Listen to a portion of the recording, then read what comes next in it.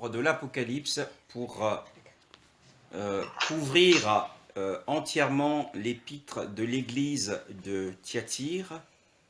Nous sommes sur la 4e église, qui est l'église du 2e groupe, sachant qu'il y a 2 groupes dans ces 7 églises. Le premier groupe est constitué des 3 premières églises.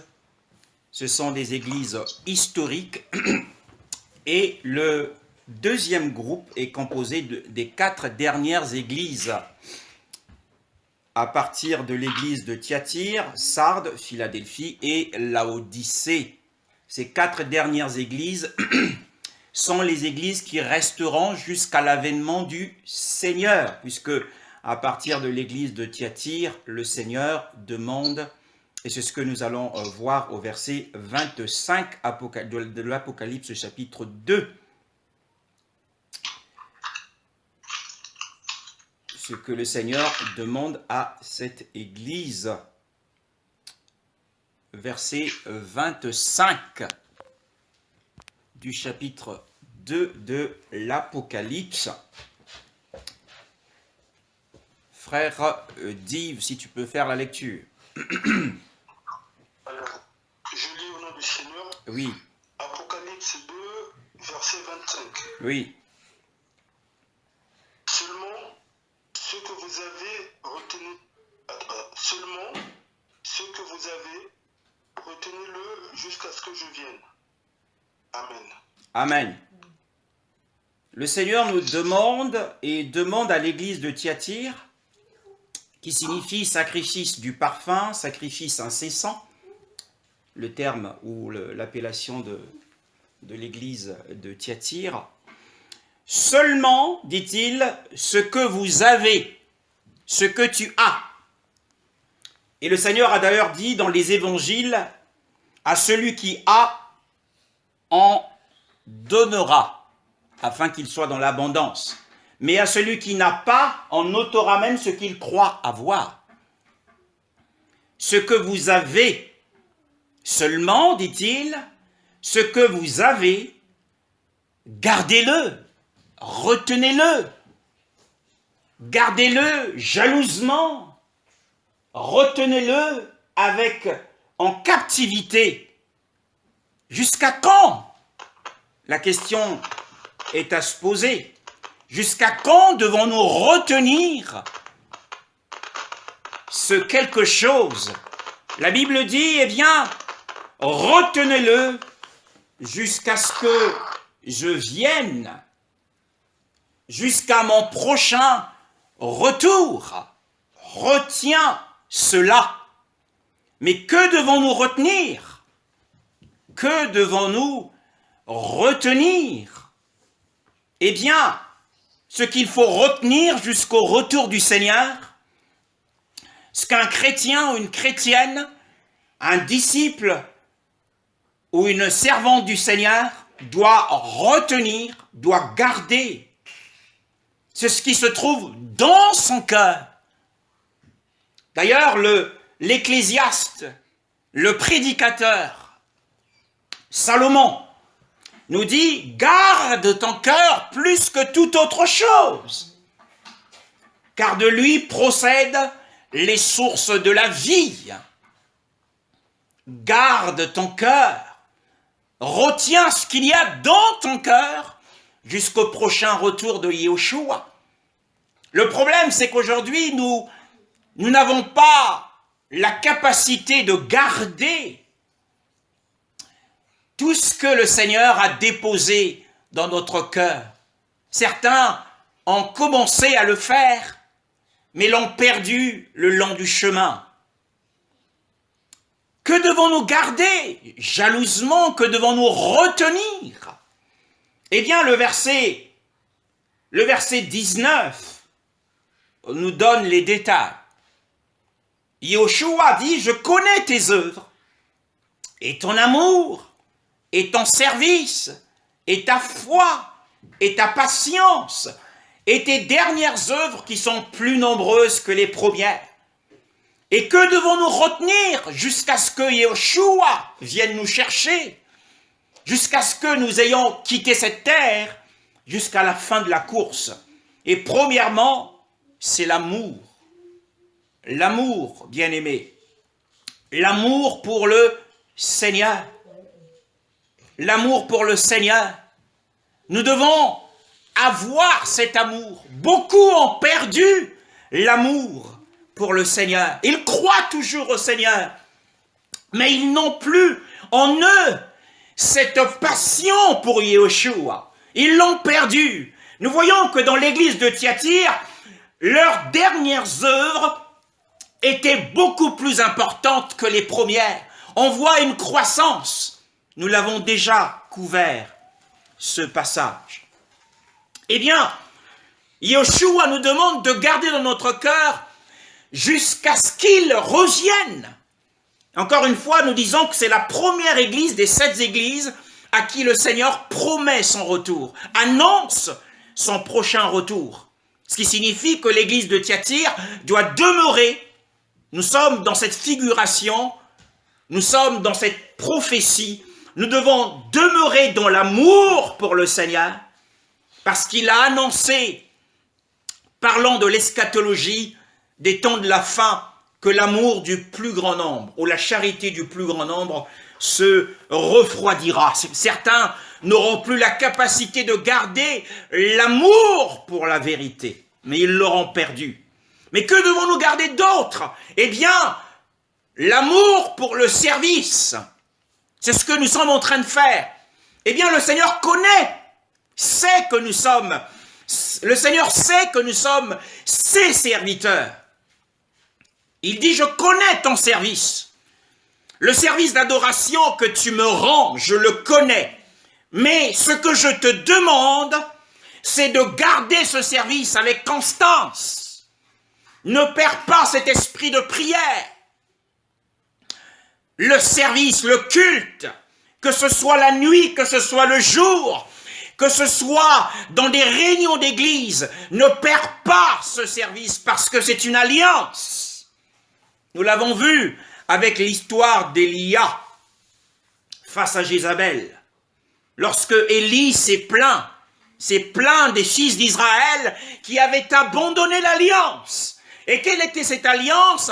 Eh bien, quels étaient les termes de cette alliance? Eh bien, c'est que les enfants d'Israël avaient renversé les autels qui étaient destinés au sacrifice d'adoration. Alors, lorsque nous abandonnons le culte d'ensemble, eh bien, nous abandonnons l'alliance.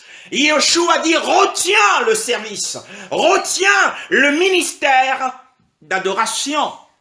Bien-aimés, nous sommes appelés ministres, nous sommes appelés prêtres de Dieu. Nous sommes appelés sacrificateurs de Dieu. C'est pour le service. Que ce soit le service personnel, chez soi, ou que ce soit le service d'ensemble dans l'Église. C'est une alliance. Que devons-nous retenir encore jusqu'au retour de Yeshua, comme une épouse qui est dans l'attente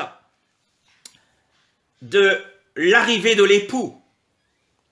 Parce que le Seigneur dit quel est le serviteur fidèle et prudent que j'ai établi sur ma maison, qui donnera à mon troupeau la nourriture au temps convenable. Heureux ce serviteur, à l'arrivée de son maître, le trouvera faisant ainsi. Eh bien, que devons-nous garder? C'est la foi. Bien-aimés dans le Seigneur, nous savons que beaucoup des frères ont fait naufrage quant à la foi vivante, la foi efficace, la foi opérante, la foi en Elohim. Beaucoup ont chaviré quant à la foi, parce que le chemin est long, très long, bien-aimés dans le Seigneur. Alors Yeshua dit, garde, retiens la foi jusqu'à mon prochain retour. Que devons-nous retenir d'autre? Eh bien, c'est la patience. Sans la patience, l'amour, le ministère et la fidélité, parce que la foi nous parle de la fidélité. Lorsque l'apôtre Paul décrit les fruits de l'esprit, il décrit le fruit de l'esprit comme étant l'amour, Mais dans sa liste des fruits, il fait mention de la foi, synonyme de fidélité. Mais il y a la patience qui va être le socle de notre foi, de notre ministère et de notre amour. La patience, c'est-à-dire la persévérance. Quand viennent et surviennent les tribulations de tout type, nous avons tendance à nous arrêter le long du chemin et voire à marcher à reculons. Mais il ne faut pas qu'il en soit ainsi quand vient l'opposition et l'adversité. Nous devons exercer la patience, c'est-à-dire l'endurance ou la persévérance. Tu as besoin d'endurance dans les temps d'épreuve. Peu importe la nature de l'épreuve que tu traverses, tu as besoin de l'endurance. N'abandonne pas et ne te relâche pas. Seulement, dit-il, ce que vous avez, retenez-le jusqu'à ce que je vienne. Puisque le verset 19 nous parle, eh bien, des félicitations. Le Seigneur félicite l'église de Thyatire parce que ses dernières œuvres étaient plus grandes que les premières. Eh bien, c'est ce qu'il nous faut retenir jusqu'ici et ne rien perdre sur le chemin, car ce monde pour nous est un désert. Car le royaume millénaire, eh bien, nous attend. Après, le verset 26 nous dit « À celui qui remporte la victoire et qui garde mes œuvres jusqu'à la fin. » Ici, il parle de jusqu'à la fin, bien-aimé dans le Seigneur. Jusqu'à la fin de ta vie. Au verset 25, il parle jusqu'à son prochain retour. Jusqu'à ce qu'il vienne. Et si jamais nous ne participons pas au ravissement qui vient, nous ne participons pas à l'enlèvement qui vient, nous allons en parler un petit peu ce matin. Eh bien, il dit, garde mes œuvres cette fois-ci jusqu'à la fin de ta vie. Parce que au verset 22, au verset 23, par contre, il dit, et je vous donnerai à chacun selon vos œuvres. Au verset 23, il parle de nos œuvres à nous. Et au verset 26, il parle de ses œuvres à lui. Et de quelle œuvre parle-t-il? Yeshua, dans le dernier discours, dans la prière sacerdotale qui est enregistrée dans l'évangile de Jean au chapitre 17, s'adressant à son Père, il dit « Père, j'ai achevé l'œuvre que tu m'as donnée à faire sur la terre. » Il parlait effectivement, c'était une foi à l'avance. Parce que l'œuvre en réalité qu'il allait accomplir, c'était l'œuvre de la croix. L'œuvre de la croix et qui, par conséquent, l'a conduite à traverser et à endurer la mort, à être ressuscité 3 jours après. Bien-aimé dans le Seigneur. Et il fut déclaré avec puissance, fils d'Élohim, avec puissance, par sa résurrection d'entre les morts, nous dit Romains chapitre 1, le verset 4. Et pourquoi la Bible nous dit-elle que Yeshua, dans le psaume 2, nous allons le voir, dit-il, aujourd'hui, dit Yahweh, j'étais engendré en tant que fils d'Élohim. Il était fils d'Élohim dans sa divinité, car Dieu a tant aimé le monde, Élohim a tant aimé le monde qu'il a donné son fils unique, le fils dans la divinité. C'était un fils unique dans la divinité. Mais lorsque la parole s'est faite chair et qu'elle a traversé la mort et qu'elle est ressuscitée 3 jours après, eh bien, la parole a été déclarée fils d'Élohim avec puissance. C'est-à-dire, cette fois-ci, fils d'Élohim dans son humanité. Il est fils d'Élohim dans sa divinité, lorsqu'il est unique avant son incarnation, mais le fait qu'il a revêtu notre humanité, un corps humain, eh bien, le psalmiste déclare qu'aujourd'hui j'étais engendré. C'est la résurrection. Par la résurrection, Yeshua a un corps humain ressuscité, alors il est déclaré promené d'entre les morts. C'est le Fils d'Élohim dans son humanité. Que cela ne nous trouble pas, car il est le Fils unique dans la divinité. Il a la nature divine à 100% et la nature humaine à 100%. Donc les œuvres ici, c'est la crucifixion, l'œuvre de la croix, c'est l'œuvre de la résurrection, c'est l'œuvre de l'ascension de Yeshua, assis à la droite du Père dans la majesté divine et intercédant pour les justes, qui les condamnera? Bien plus, il est mort, il est ressuscité, et la Bible dit qu'il intercède pour nous dans les cieux. Et ce sont ces œuvres que nous devons garder. Nous devons garder quotidiennement l'œuvre de la croix.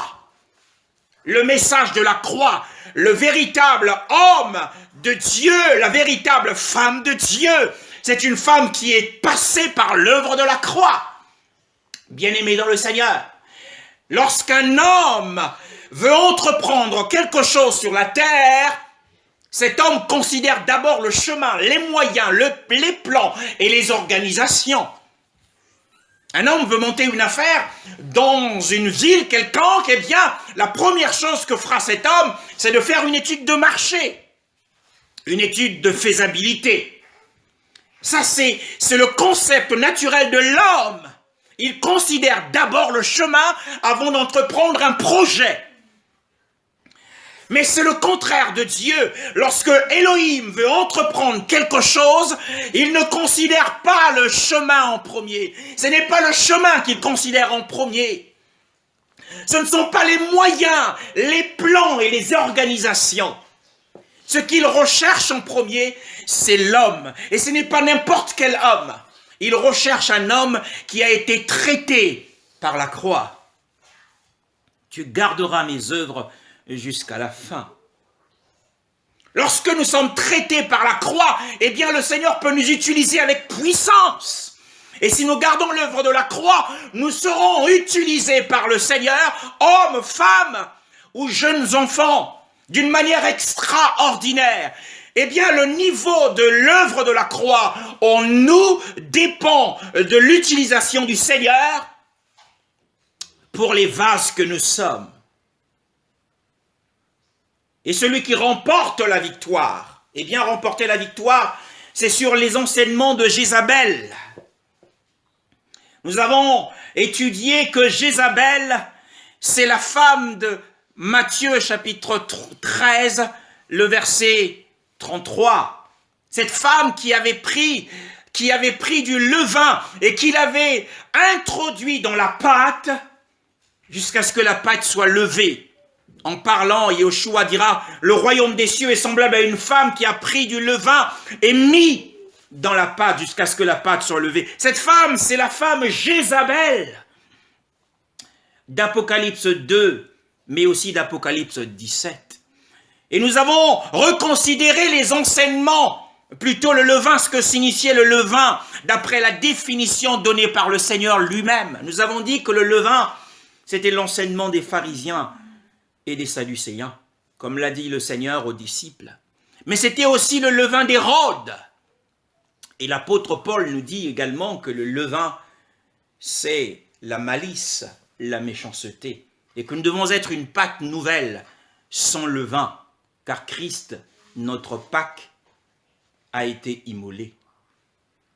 Et celui qui remporte la victoire sur les enseignements de Jézabel, nous avons considéré l'histoire de Jézabel, cette fille du roi de Sidon, et qui avait épousé le roi Akab, et qui finalement, après avoir épousé le roi Akab, a introduit en Israël les idoles païennes, notamment Baal et Ashéra, et qui avait modifié les ordonnances cultuelles au point que les enfants d'Israël s'étaient détournés des ordonnances de Yahweh donné sur le mont Sinaï.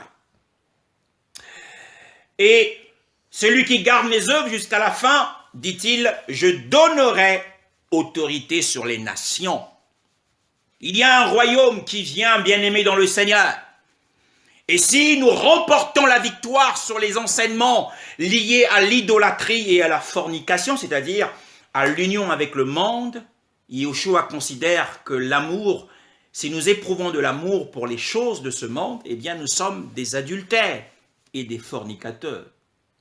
Mais si nous remportons la victoire, dit le Seigneur, eh bien, il nous donnera dans le royaume millénaire, le royaume des 1000 ans, le millénium, eh bien, il nous donnera d'avoir autorité sur les nations. Le verset 27, et il les gouvernera, dit-il, avec un sceptre de fer, et elles seront brisées comme les vases de potier, selon que moi aussi, je l'ai reçu de mon Père. Et à quel moment Yeshua a-t-il reçu cela de mon Père, de son Père? Eh bien, c'est le psaume 2 qui nous en parle. C'est ce que nous allons lire. Le psaume 2. C'est un passage que vous connaissez. Le psaume 2. Et à partir du verset 7.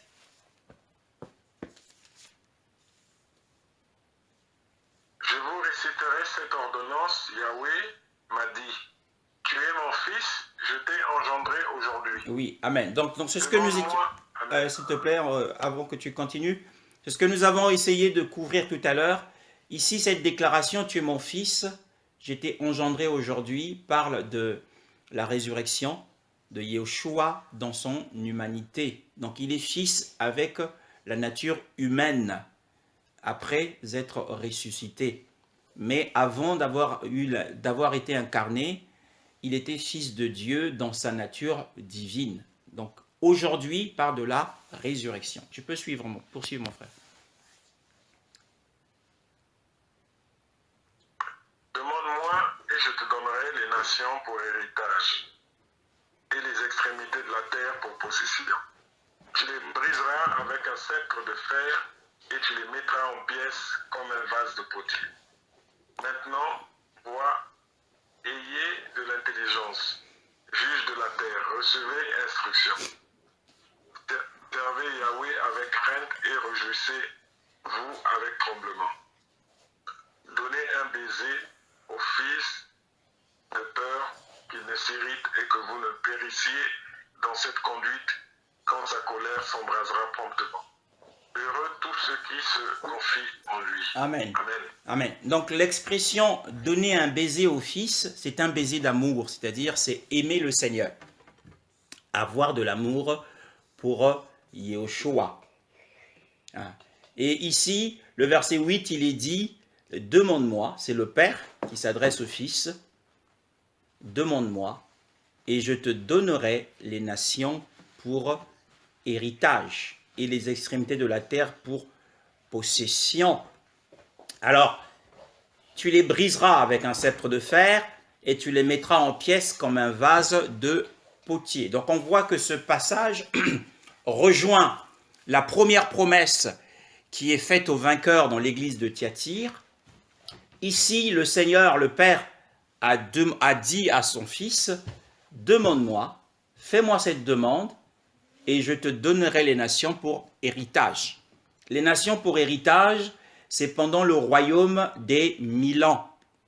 Et je te donnerai les nations pour héritage et les extrémités de la terre pour possession. Ce qui signifie que jamais l'humanité entière aura connu un royaume aussi vaste, un royaume aussi étendu que le royaume de 1000 ans.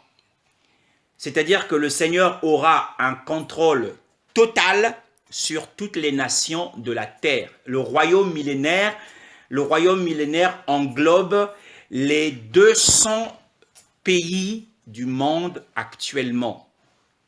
Même si les Nations Unies en enregistrent 96, et certains pays sont dits pays indépendant vis-à-vis des chartes des Nations Unies. Et donc, le Seigneur aura le contrôle total de toutes les nations de la terre. Ça sera un royaume vaste. Et il y a un royaume qui a été un petit peu vaste, un petit peu grand, c'est le royaume d'Assyrus, au temps d'Esther. Et ce royaume regroupait 120 provinces. Les nations étaient appelées des provinces. C'est dans le livre d'Esther, le premier chapitre. Mais le royaume de Milan, où les vainqueurs régneront, eh bien, ça sera un royaume énorme. Et le Seigneur dit, celui qui remporte la victoire, qui gardera mes œuvres, c'est-à-dire l'œuvre de la croix, et qui aura une vie de résurrection, il marchera dans la résurrection, comme le Seigneur a marché, eh bien, celui-là obtiendra de la part du Seigneur, il sera un dirigeant. Un dirigeant, par exemple, le frère Lionel, le Seigneur, si le frère Lionel est fidèle et garde les œuvres du Seigneur, eh bien, le Seigneur pourra donner au frère Lionel de diriger l'Italie, par exemple. Il sera le dirigeant de l'Italie. Et la Bible dit qu'à ce moment-là, le frère Lionel aura un bâton d'autorité, le sceptre de fer. Pourquoi? Nous savons tous qu'un berger, un dirigeant, mais ce sera un dirigeant berger. Nous savons tous que pendant le règne de Milan, il n'y aura pas que les saints vainqueurs qui seront admis, il n'y aura pas que Israël, il n'y aura pas qu'Abraham, Isaac et Jacob, il n'y aura pas que les saints de l'Ancienne Alliance, il n'y aura pas que les Juifs de cette période, puisqu'on aura quitté Armageddon et nous entrerons dans le royaume millénaire. Nous aurons l'occasion d'en parler, mais avant d'entrer dans le royaume millénaire, il y aura le jugement du trône de la gloire, selon Matthieu 25, où il séparera les brebis des boucs. Les brebis, ce sont tous les justes, ceux qui seront déclarés justes et qui auront fait du bien aux Juifs pendant la grande tribulation. Ceux-là seront admis, donc ce seront les nations païennes, mais qui seront admis, ces nations seront admises dans le royaume des 1000 ans. Mais le problème, c'est que il y aura parmi ces nations beaucoup des vases de terre, parce que le vase de potier ici fait allusion au vase de terre, c'est-à-dire des gens terrestres. Il n'y aura pas que des gens spirituels. Il n'y aura pas que des gens spirituels, il y aura des gens aussi charnels. Alors tout ce qui sortira d'eux, tout ce qui sortira de la chair sera reprimé par le sceptre de fer. Donc par exemple, nous disons que le frère Lionel sera le dirigeant et berger de l'Italie, et tous les Italiens qui auront fait du bien aux Juifs et qui feront partie de ce royaume, s'il dévie de la voie, eh bien le frère pourra user de son autorité pour les frapper et les corriger. C'est ce qu'il est dit ici, tu les briseras avec un vase de fer. Donc le Yeshua a reçu l'autorité pour régner sur les nations. En même temps, parce qu'il a reçu l'autorité pour régner sur les nations, nous revenons à notre texte de Apocalypse chapitre 2, le verset 26, sur la première promesse. Eh bien, le verset 27, comme il dit, je l'ai reçu de mon Père, nous l'avons vu dans le psaume 6, le verset 7 à 8, eh bien, de la même manière, il donnera aux saints de pouvoir gouverner les nations. Le frère Dive aura peut-être le gouvernement du Congo-Brazzaville. On ne sait pas. Peut-être que le Seigneur lui donnera une ville.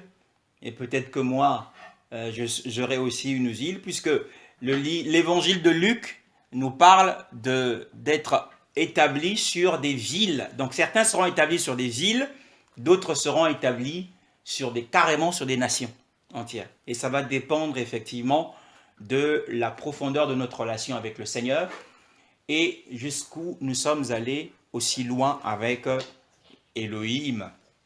Et celui qui remporte la victoire, qui garde mes œuvres jusqu'à la fin, je donnerai autorité sur les nations. C'est une première promesse.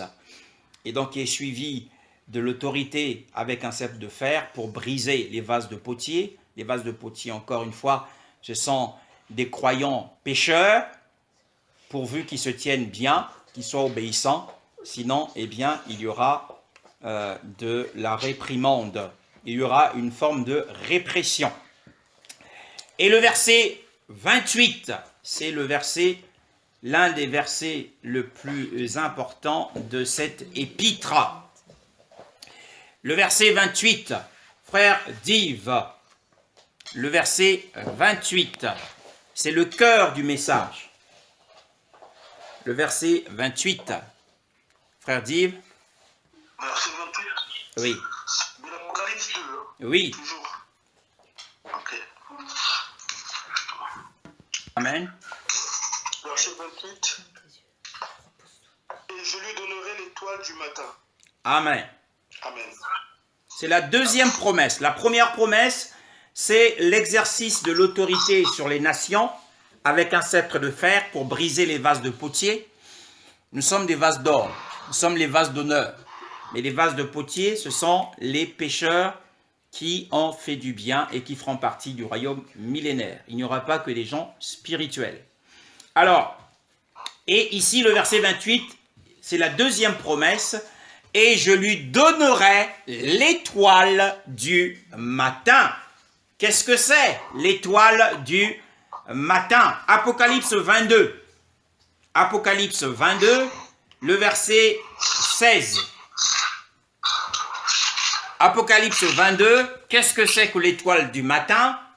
Apocalypse 22, le verset 16. Apocalypse 22, le verset 16. Alors, je lis au nom du Seigneur. Amen. Apocalypse 22, verset 16. Moi, Jésus, j'ai envoyé mon ange pour vous attester ces choses dans les églises. Je suis le rejetant et la postérité de David, l'étoile brillante du matin. Amen. Donc, nous comprenons à partir de ce deuxième passage que l'étoile brillante du matin qui est promise au vainqueur du chapitre 2, le verset 28, c'est Yehoshua lui-même. Alors, qu'est-ce que cela signifie? Dans le naturel, nous avons compris que l'étoile du matin, c'est l'étoile brillante du matin, c'est Yehoshua, puisqu'il le dit dans l'Apocalypse 22, 16. C'est lui-même. Il dit qu'il donnera au vainqueur l'étoile du matin. Alors, l'étoile du matin, qu'est-ce que c'est dans le naturel? Nous savons tous que, bon, mis à part ce que disent les scientifiques, mais dans la soirée, dans une soirée, l'étoile du matin est la première étoile qui apparaît. L'étoile du matin est la première étoile qui apparaît. Et c'est la deuxième, c'est la dernière étoile, qui disparaît après toute la constellation des étoiles. Généralement, lorsque je me lève, puisque je travaille en horaire décalé, lorsque je me lève à 4 heures, ces temps-ci d'ailleurs, j'aime bien admirer le ciel, voir la clarté de la lune et les étoiles. Et je recherche toujours l'étoile du matin. Mais pour voir l'étoile du matin, il faut rester observateur et veilleur jusqu'à environ 5 heures. Lorsque toutes les étoiles ont disparu et que le soleil est en train de se lever, c'est la dernière étoile qui quitte le ciel, que l'on ne voit plus. C'est la dernière étoile. C'est l'étoile du matin. Donc nous avons compris que pour ceux qui regardent et qui observent, qui admirent l'étoile du matin, ce sont ceux qui se lèvent tôt, alors que la plupart sont encore endormis. Donc Yeshua dit ici qu'il donnera l'étoile du matin uniquement à ceux qui veillent, qui sont vigilants. qui sont vigilants, bien-aimés, et qui sont disponibles. Nous avons compris que l'étoile du matin n'apparaît que dans l'heure la plus sombre. Dès que le soleil apparaît, il n'y a plus d'étoile du matin. Donc ce passage d'Apocalypse 2, 28 nous parle de l'enlèvement.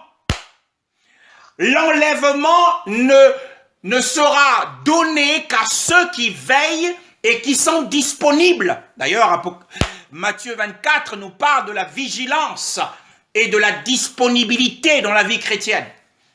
Il y a deux choses dans la vie chrétienne que l'on doit retenir. Premièrement, dans ta vie chrétienne, tu dois être vigilant et tu dois être disponible, c'est-à-dire être prêt. Être prêt signifie être disponible. Et il y a la deuxième chose, c'est au niveau du service. Nous sommes tous des prêtres de Dieu et des prêtresses. Alors, au niveau du service, ce que le Seigneur exige de nous, c'est la fidélité et la sagesse. Mais dans la vie chrétienne de tous les jours, ce qu'il exige de nous, c'est être vigilant, de veiller et d'être prêt. Bien-aimés dans le Seigneur. Si nous sommes prêts, alors il nous donnera l'étoile du matin. Alléluia. Maintenant, la parole de Dieu nous dit dans le livre de Malachie, dans ma version, c'est au chapitre 3, puisque ça s'arrête au chapitre 3. Dans ma version, c'est au chapitre 3, et dans d'autres versions, c'est le chapitre 4. Et je crois le premier verset. Dans ma version, c'est le chapitre 3, le verset 20. Frère Lionel. Malachie, chapitre 3. Qui craignait mon nom se lèvera le soleil de justice, et la guérison sera sous ses ailes. Vous sortirez et vous sauterez comme les veaux d'une étable. Amen. Alors, le soleil de justice, quand nous savons tous que quand le soleil apparaît, il apparaît pour tout le monde. Le soleil, lorsqu'il apparaît, il apparaît pour tout le monde. Mais lorsque l'étoile du matin apparaît, ce n'est pas pour tout le monde. Ce n'est que pour quelques-uns. Ceux qui ont l'habitude de se lever tôt. Ceux qui ont l'habitude de veiller. Donc, à la différence du soleil de justice, il sera le soleil de justice à son prochain retour. En pleine guerre d'Armageddon. C'est là qu'il sera et tout œil le verra. Et même ceux qui l'ont percé, tout œil le verra. Le soleil de justice. Mais l'étoile du matin, c'est que pour les croyants spirituels, ceux qui sont fidèles, ceux qui garderont ses œuvres jusqu'à la fin, et ceux qui retiendront ce qu'ils ont déjà jusqu'à ce qu'ils viennent. Maintenant, il y a un autre aspect à l'étoile du matin. Nous allons considérer le deuxième aspect de l'étoile du matin, puisque cette même étoile du matin est à la fois en nous et à la fois apparaîtra dans les cieux. Bien-aimés dans le Seigneur, puisque Yeshua est en toi. Nous avons compris que l'étoile du matin, c'est Yeshua lui-même. Dans les évangiles, Matthieu chapitre 2, à partir du premier verset. Matthieu chapitre 2, à partir du premier verset, nous parle aussi de quelque chose, un autre aspect de l'étoile. Or, Yeshua étant né à Bethléem, en Judée, au jour du roi Hérode, voici que des mages d'Orient arrivèrent à Jérusalem, en disant, « Où est le roi des Juifs qui est né? Car nous avons vu son étoile en Orient, et nous sommes venus l'adorer. » Amen. Amen. Alors, où est le roi des Juifs qui est né, dirent-ils? Les mages. En réalité, en grec, les mages, c'est l'équivalent des Lévites dans l'Ancienne Alliance. C'est des mages païens, c'est des prêtres païens, mais ils vivaient dans une moralité élevée, et ils avaient des principes de séparation. Et ils habitèrent l'Orient, nous dit la parole de Dieu. Et eux, ils ont vu, parce qu'ils étaient des veilleurs. Et comment ont-ils découvert cette étoile du matin? Cette étoile, c'était des veilleurs. Eh bien, c'était des païens, c'était des prêtres païens, mais qui avaient interprété, qui avaient su interpréter l'étoile qu'ils avaient eue en vision, cette étoile céleste. Mais sur quelle base?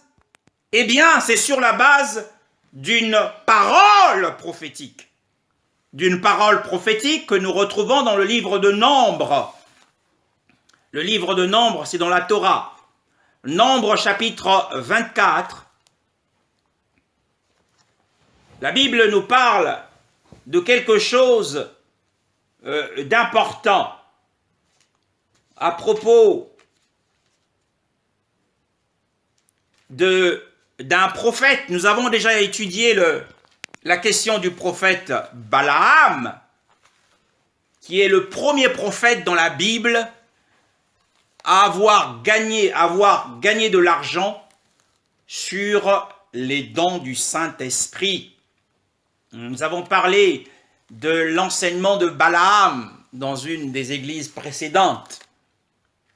Et nous vous renverrons à cet enseignement. Le verset 17. Le verset 17. Nombre 24. Le verset 17. Frère Dive. Amen. Je le vois, mais non maintenant. Je le contemple, mais non de près. Un astre sort de Jacob. Un sceptre s'élève d'Israël.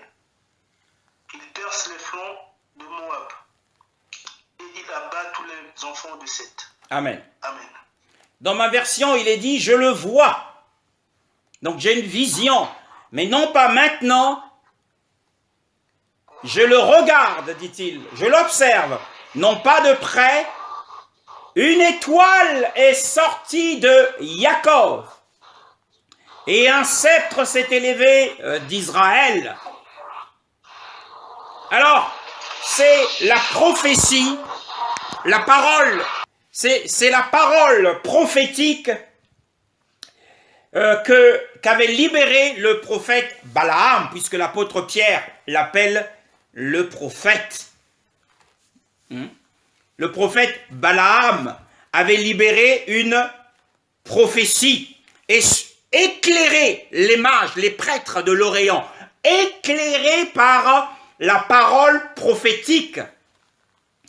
La parole prophétique de Balaam, qui était c'était l'archétype du prophète des païens.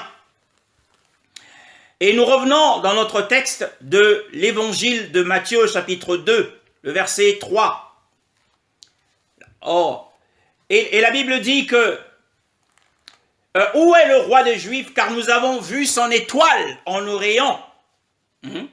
Ils étaient conduits par l'étoile. Donc le deuxième aspect de l'étoile, après avoir eu la base qu'ils avaient de la prophétie de Balaam, ils se sont laissés conduire par l'étoile.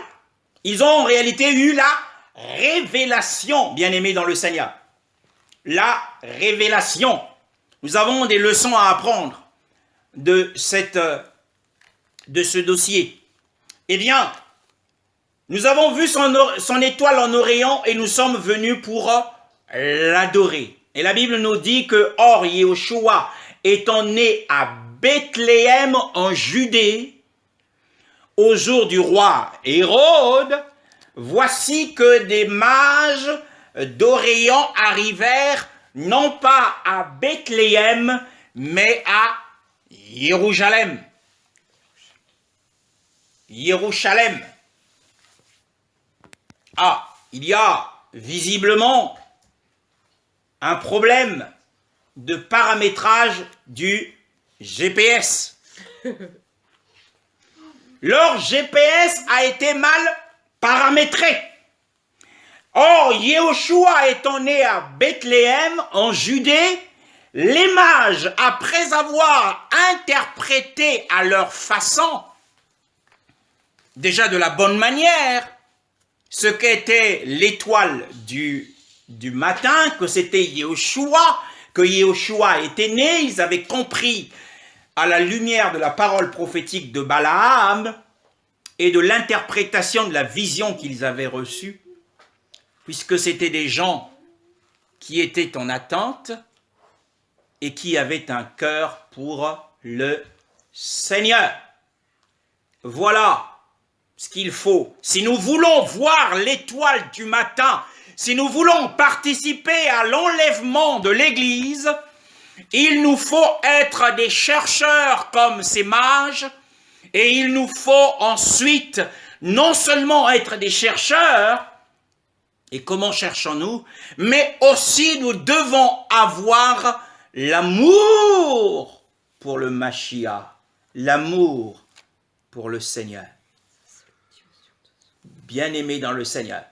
C'est ce qui a conduit Yahweh dans les cieux à leur donner la révélation de l'étoile. Ce que n'avaient pas les prêtres, puisque à Jérusalem, il y avait une forte concentration des sacrificateurs. La Bible dit au verset 4, il rassembla tous les principaux prêtres et les scribes du peuple. À Jérusalem, il y avait le temple bâti par Salomon. Il y avait les sacrifices perpétuels. Il y avait les scribes, il y avait des rabbins.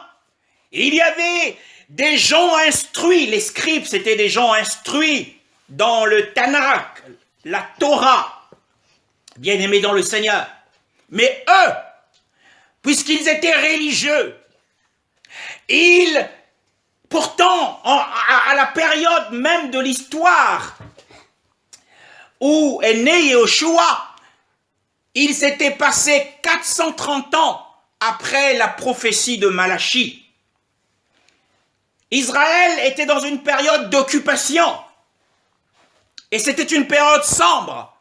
En réalité, les Juifs, à cette époque, attendaient l'avènement du Mashiach, le Messie. Mais comment attendaient-ils le Messie? Est-ce qu'ils attendaient vraiment le Messie? Sincèrement le Messie? Non. Nous voyons que ceux qui attendaient le Messie, ce n'étaient pas les Juifs qui avaient la Bible. Mais au contraire, c'était des païens. À qui le Père, Yahweh, s'était révélé. Mais attention à la révélation. Attention à la direction divine. Parce que le problème ici avec les mages, oui, ils ont reçu la révélation. Oui, ils étaient éclairés par la lumière de la prophétie de Balaam. Oui, ils ont interprété la vision que c'était le Mashiach. En cela, ils avaient raison. Oui, c'était des chercheurs de Dieu, d'Élohim. Oui, ils s'attendaient à Élohim. Oui, ils avaient de l'amour pour Élohim. Mais une seule chose a péché. Une seule chose n'a pas marché avec eux. C'est que la Bible nous dit au verset 1, « Or Yehoshua étant né à Bethléem ». Par contre, après l'interprétation de la vision par les mages, ils ne se sont pas rendus à Bethléem, mais ils se sont rendus au mauvais endroit, à Jérusalem. Attention à la révélation et à la direction divine. Ils se sont trompés de direction, bien-aimés dans le Seigneur. C'est ce que nous avons dit, que le paramétrage de leur GPS n'était pas actualisé. Ils se sont retrouvés au mauvais endroit. Attention à la révélation. Parce que nous avons dit que l'étoile du matin est aussi dans nos cœurs. C'est Yehoshua. C'est-à-dire le témoignage intérieur. Attention, tous ceux qui sont conduits par l'Esprit de Dieu sont fils de Dieu. Mais attention à la conduite, attention à la direction. Ces mages se sont rendus au mauvais endroit, mais la conséquence de cela, bien-aimés dans le Seigneur, c'est que leur erreur a eu des graves conséquences. Des graves conséquences. À cause de leur erreur, beaucoup d'enfants ont été massacrés par Hérode. Beaucoup d'enfants ont été massacrés. Ça, c'est une erreur de direction, ce qui nous arrive aussi souvent. En dépit de la révélation, nous avons besoin d'un support. As-tu la révélation? Mais il te faut un support. Et ce support, c'est la parole de Dieu. Puisque, avant d'arriver à la parole de Dieu, le verset 3 nous dit ceci. Alors, le verset 2 nous dit, nous sommes venus l'adorer. Nous voyons combien c'était des chercheurs. Ils sont partis de loin pour venir adorer Yeshua. Ils l'aimaient. Donner un baiser au fils de peur qu'il ne s'irrite. Nous l'avons lu dans le psaume 2. Le baiser, c'est aimer, c'est adorer Yeshua. C'est demeurer dans l'alliance. Ceux qui verront l'étoile du matin, ceux qui auront la direction de l'étoile dans la vie, dans les choix de la vie. Bien-aimé, tu veux avoir une direction divine dans un domaine précis de ta vie. Il y a deux choses que tu dois faire. Tu dois t'attendre au Seigneur, être prêt pour lui, et tu dois avoir de l'amour pour le Seigneur, l'amour pour Christ. Bien-aimé dans le Seigneur. C'est ce qui leur a donné l'étoile. Mais ensuite, ils se sont égarés. Ils se retrouvent à Jérusalem.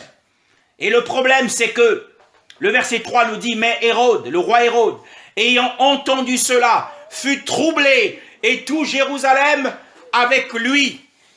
C'est tout de même étrange pour un peuple qui attendait l'avènement du Messie, du Mashiach.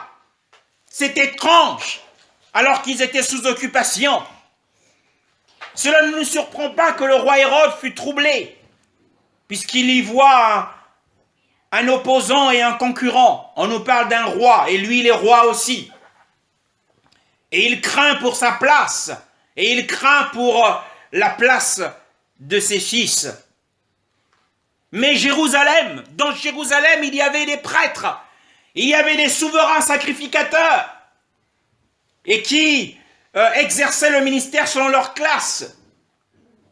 Mais pourquoi être troublé? Eh bien, il en sera de même lorsque les quelques-uns des saints qui seront enlevés, bien-aimés dans le Seigneur, il y aura des troubles sur la terre. Il y aura des troubles parmi les chrétiens. Ah! J'ai manqué à l'événement. Il a dit, retiens ce que tu as jusqu'à ce que je vienne. Parce que tu n'as pas retenu l'amour pour Christ. Parce que tu n'as pas gardé la foi. Puisque la meilleure attitude de la foi, c'est une attitude d'attente. La foi est un comportement, c'est une attente. Pourtant, il semblait que les prêtres du peuple et les scribes, qui étaient versés dans les Écritures, savaient que le Mashiach, parce que le verset 4 nous dit, et il rassembla tous les principaux prêtres et les scribes du peuple, et s'enquit auprès d'eux, il s'informa auprès d'eux du lieu où le Mashiach devait naître, et ils lui dirent à Bethléem en Judée, et il le savait, car voici ce qui est écrit par le moyen du prophète. Il connaissait la prophétie biblique, et toi Bethléem, la prophétie de Michée, et toi Bethléem, terre de Yehuda, tu n'es nullement la plus petite parmi les gouverneurs de Yehuda, car de toi sortira le chef qui paîtra mon peuple d'Israël. Donc les principaux prêtres et les scribes du peuple savaient que c'était à Bethléem. Donc nous avons dit que les mages avaient la révélation, mais les scribes, les religieux, ils avaient la connaissance de la parole de Dieu, mais ils n'avaient pas la révélation. Les uns avaient la révélation, mais ils n'avaient pas la connaissance biblique. Et les autres avaient la connaissance biblique, mais il leur manquait la révélation.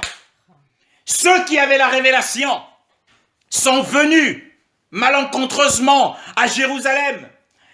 Et Dieu, qui fait concourir toutes choses au bien, leur a permis d'avoir la connaissance du lieu. En fait, ils ont été corrigés par les Écritures. Bien-aimé, la révélation que tu dois recevoir, la lumière que tu dois recevoir, doit être confirmée par les Écritures.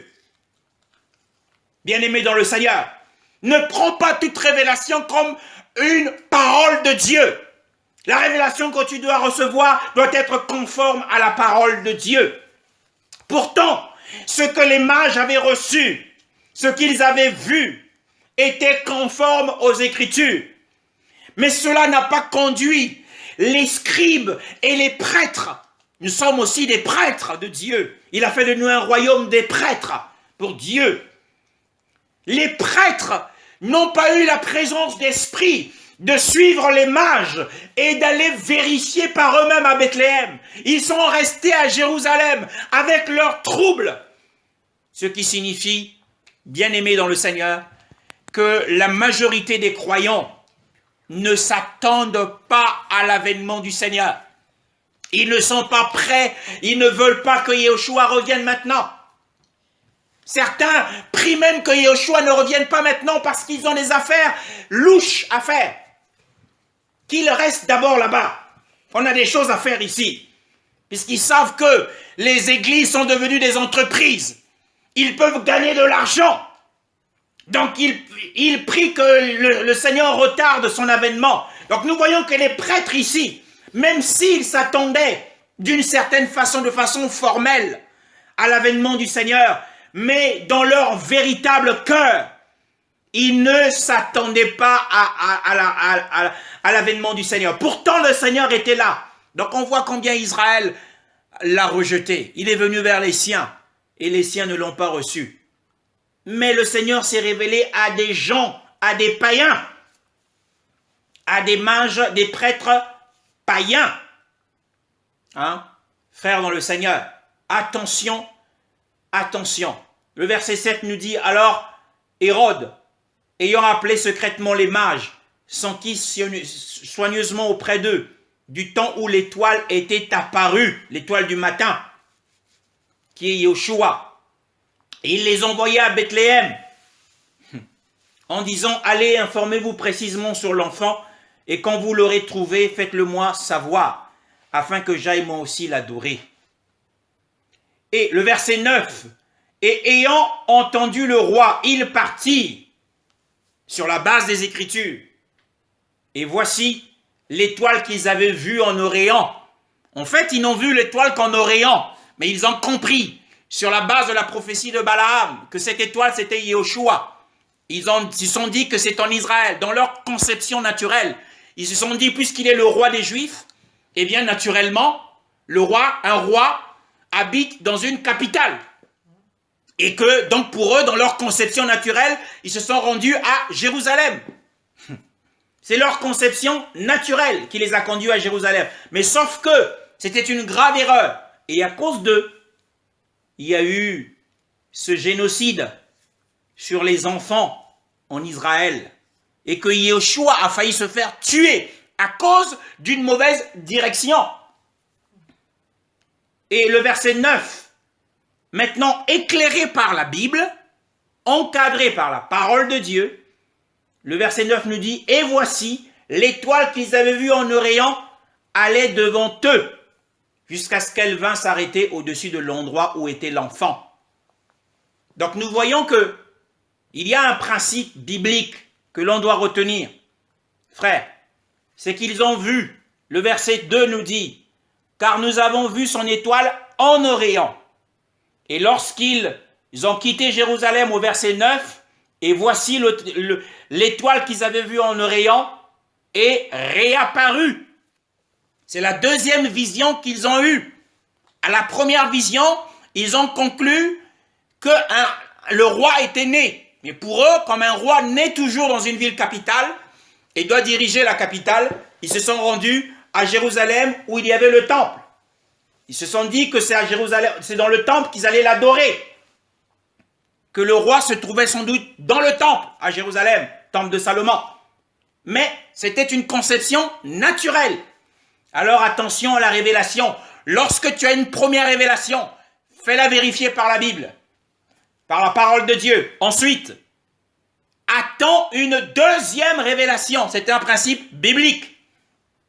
La deuxième révélation doit confirmer la première révélation. C'est un principe biblique. Le verset 9 nous dit « Et voici l'étoile qu'ils avaient vue en Orient. » Et donc réapparue une seconde fois. C'est le même principe que nous retrouvons dans la Genèse, au chapitre 12, pardon. Genèse chapitre 12, le verset 1. Je vais le lire. Genèse chapitre 12, le verset 1. Or, Yahweh avait dit à Abraham, va pour toi hors de ta terre, de ta patrie et de la maison de ton père, vers la terre que je te montrerai. Donc il y a deux choses. Premièrement, Yahweh lui est apparu et il lui a dit les choses. Il lui a demandé de sortir. Il lui a demandé de sortir de son pays, de la Mésopotamie, de l'idolâtrie. Il lui a demandé de sortir. Ensuite, Dieu lui dit, dans le même verset, le même passage, que je te conduis dans une terre que je te montrerai. C'est la deuxième révélation. Donc, le principe de la révélation a deux pas. Il y a deux pas dans la révélation. La première révélation doit être confirmée par la deuxième révélation. Je te montrerai, c'est-à-dire que je te révélerai. La première révélation, c'est quand Yahweh lui est apparu, lui demandant de partir. Et la deuxième révélation, c'est pour confirmer la première, quand il lui montrera la terre, quand il sera sur cette terre, il allait lui révéler quelle était cette terre. Donc nous voyons que même, si nous lisons tout le chapitre 12, 13 et 14, nous verrons que Yahweh lui a dit que cette terre sur laquelle tu te tiens, c'est celle que je donnerai à ta postérité. Donc cette révélation, cette première révélation a été confirmée. Donc si nous revenons dans l'évangile de Jean, de Luc, de Matthieu, je suis perdu dans l'esprit, de Matthieu, que, eh bien, l'étoile qu'ils avaient vue en Orient pour la première fois est réapparue pour la deuxième fois. As-tu une première révélation? Attends une deuxième pour confirmer. Et quand tu vois la deuxième révélation, eh bien, il faut qu'elle soit conforme aux Écritures. Et ensuite, ça veut dire que la chose est arrêtée de la part de Dieu. Comme l'avait dit Joseph, quand Pharaon a eu 2 anges, et Joseph a dit à Pharaon, c'est que si la chose s'est répétée une deuxième fois, c'est que la chose est arrêtée auprès de Dieu. C'est le principe biblique, bien aimé dans le Seigneur. Et l'étoile qu'ils avaient vue en Orient allait devant eux. Alors la parole de Dieu, la Bible, nous donne les principes. Parce qu'ils se sont référés à la parole de Dieu, la parole leur a donné, leur a indiqué le lieu où allait naître. C'est Bethléem, bien aimé dans le Seigneur. Si l'on vous dit par exemple, eh bien, que Yeshua est aujourd'hui à Nantes. Ben attention, Yeshua est à Nantes. Vous avez reçu une révélation, il faut que vous vous rendiez à Nantes pour voir Yeshua. Mais il y a un problème, même si c'est écrit dans la Bible, que Yeshua vient à Nantes, mais moi je vais avoir un problème. Si je monte dans ma voiture, mais je vais à Nantes, mais où? Nantes, c'est grand. La prophétie biblique disait que Yeshua allait naître à Bethléem. Et c'est vaste. Bethléem, c'est vague. Dans quelle rue? C'est quelle maison? Est-ce que les mages, en allant à Bethléem, allaient frapper à toutes les portes? Est-ce qu'ils allaient faire du porte-à-porte? Est-ce que Yeshua est là? Est-ce que Yeshua est là? Non, c'est le tâtonnement. Or, l'étoile du matin dans ta vie, bien-aimé, lorsque l'étoile du matin te donne une première révélation et qu'elle est confirmée par les Écritures, l'étoile du matin doit te donner le reste des détails. Parce que la Bible nous dit ici que l'étoile allait devant eux jusqu'à ce qu'elle vint. Cette fois-ci, le GPS était bien paramétré. Jusqu'à ce qu'elle vint s'arrêter au-dessus de l'endroit, c'est-à-dire du lieu de la crèche où était Yeshua. Donc ils n'ont pas souffert d'un tâtonnement en allant frapper dans chaque maison, dérangeant les gens inutilement. Mais le GPS, l'étoile du matin, le témoignage intérieur, la direction divine doit te donner les détails du lieu du nom de la rue et de la couleur de la maison, où se trouve Yeshua pour l'adoration. Ça, c'est le second aspect pour nous aujourd'hui. Mais ce second aspect dépend aussi de l'aspect principal qui est l'avènement du Seigneur. Bien-aimé, Ésaïe 60, magnifique est le Seigneur. C'est agréable que d'être conduit par le témoignage intérieur, qui est l'étoile du matin. Mais attention, le témoignage intérieur, s'il n'est pas confirmé par les Écritures, peut aussi nous induire en erreur. Il faut être prudent. Il ne faut pas tomber dans le panneau. Hein? C'était grave pour les mages. Ce qu'ils ont fait était grave.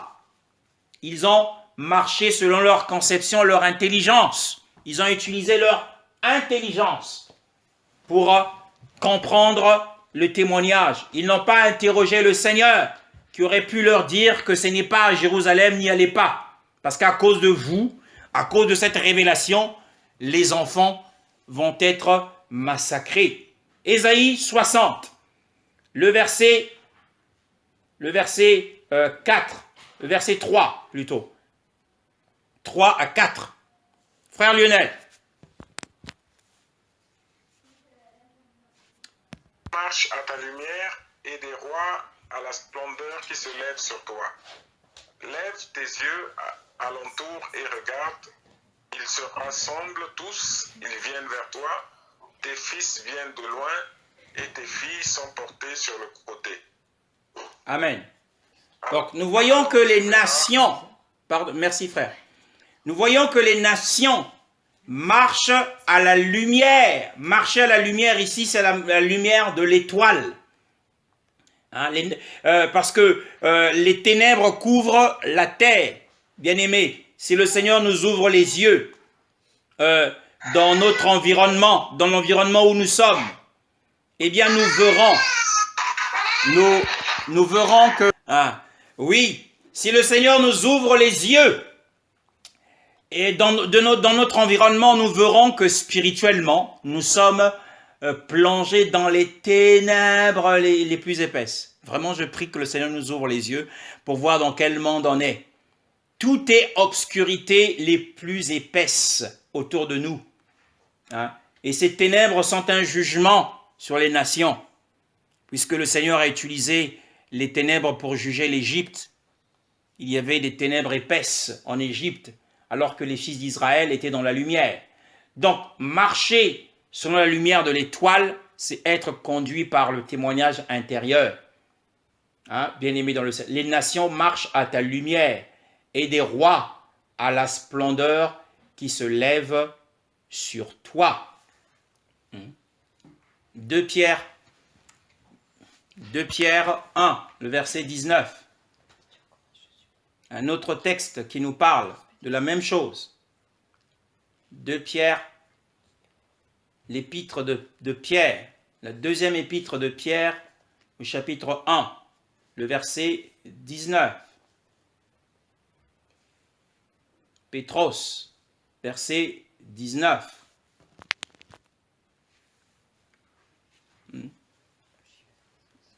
Vas-y, ma sœur. Et nous considérons comme d'autant plus certaine la parole des prophètes. Vous faites bien de lui prêter attention comme à une lampe qui brille dans un lieu obscur, jusqu'à ce que le jour commence à poindre et que l'étoile du matin se lève dans votre cœur. Amen. Amen. Bien-aimés, le lieu obscur dans lequel nous sommes, c'est ce monde. Dans la ville où tu es, c'est un lieu obscur. La seule lumière qu'il y a, c'est premièrement la lumière de la parole de Dieu et deuxièmement la lumière de ton esprit. Si tu te laisses conduire par la lumière de ton esprit, la Bible dit, il faut premièrement que tu sois attentif, que tu sois regardant, que tu sois vigilant, jusqu'à ce que le jour ait brillé. Le jour ici, c'est le jour du royaume millénaire, de l'avènement du Seigneur, en plein jour. Nous avons dit que le soleil de justice se lèvera pour tout le monde. Mais avant que le soleil de justice ne se lève, à travers l'obscurité de la nuit de ce monde, l'étoile du matin, le verset 19 nous parle de l'étoile du matin, se lèvera premièrement dans nos cœurs. Donc il y a un jour spirituel. Le jour spirituel, c'est le jour où, eh bien, tu te lèves pour être un chercheur, une chercheuse du Seigneur, comme les mages, et d'avoir de l'amour pour le Mashiach. Tu te lèves peut-être la nuit, tu te lèves peut-être le jour, pour prier, chercher sa face, pour lui dire combien tu l'aimes. Hein? Il y a un homme, il avait plus de 88 ans, un célèbre enseignant de la parole, c'est John Darby. Un jour, il s'est retrouvé dans un hôtel à 88 ans, et avant de dormir, il a dit au Seigneur, « Tu sais que je t'aime toujours. À 88 ans, je t'aime toujours. Mais cela doit nous marquer au maximum. Nous devons dire au Seigneur combien nous l'aimons. Et nous devons demander au Seigneur si nous manquons à ce jour l'amour pour Christ, pour le chercher dans la prière, dans la parole de Dieu, pour participer au service d'adoration. Si nous manquons ces choses qui sont nécessaires pour recevoir l'étoile du matin, qui sont nécessaires pour que l'étoile du matin se lève en nous, puisque c'est ça l'avènement du Seigneur, bien-aimé dans le Seigneur. Lorsque Yeshua reviendra comme un voleur, puisque dans la nuit, il reviendra comme un voleur, de façon inattendue, mes frères et sœurs. Et ceux qui le verront, c'est ceux qui seront éveillés. Parce que si le maître de maison savait à quelle heure viendra le voleur, il veillerait afin de ne pas voir sa maison être percée. Yeshua viendra comme un voleur, non pas pour voler ce qui ne lui appartient pas, mais il viendra prendre ce qui est précieux et ce qui lui appartient, mais en secret. C'est juste la nature de cette illustration du voleur, puisque le voleur agit en secret. C'est pour dire qu'il viendra secrètement, premièrement, et l'étoile du matin se lèvera, c'est-à-dire que la transformation, nos corps connaîtront la rédemption, sera transfiguré à partir de l'intérieur. Et l'étoile du matin qui est en toi va commencer à se diffuser, à saturer ton corps. Et il y aura une transfiguration instantanée. Et tu vas t'élever de terre pour rejoindre le Seigneur dans les airs. Mais il faut premièrement qu'un jour spirituel se lève en toi, où tu seras rempli de l'amour du Mashiach, où tu seras dans l'attente, et que tu vas considérer la parole prophétique comme on considérait les mages, la parole prophétique de Balaam. Considère ce que le Seigneur a dit. Veille et prie. Veille et sois prêt. Veille et sois disponible. Puisque le malin dans ce monde ne fait qu'une chose, c'est d'usurper les chrétiens, leur donner des occupations, occupation sur occupation, afin de les détourner du dessein de Dieu et pour qu'ils ne soient pas prêts pour l'avènement du Seigneur. L'ennemi va te donner des occupations sur occupation. Tu ne seras pas disponible pour le Seigneur. Mais attention, dispose du temps pour Dieu, pour prier, pour adorer, pour faire exercer le ministère, afin que l'étoile du matin se lève en toi, pour te diriger dans les domaines de ta vie, mais aussi pour son avènement. À celui qui vaincra, je lui donnerai l'étoile du matin. Gloire à Dieu.